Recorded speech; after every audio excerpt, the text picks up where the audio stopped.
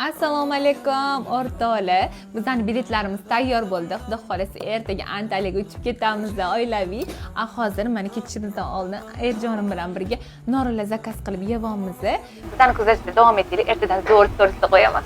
Qarang, men bu blogerlarni doimo bir-birini yaxshi ko'radi.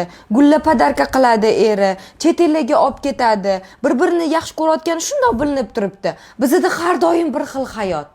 Qachon bunday o'zgarishni boshlaysiz?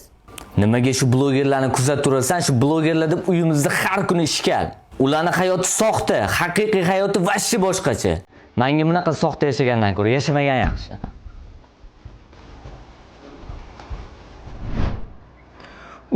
Jonga tegdi Instagramda yolg'on hayoting. Har doim ko'chada ovqat zakaz qilasan. Uyda ham bir tuzukroq ovqat qilgin.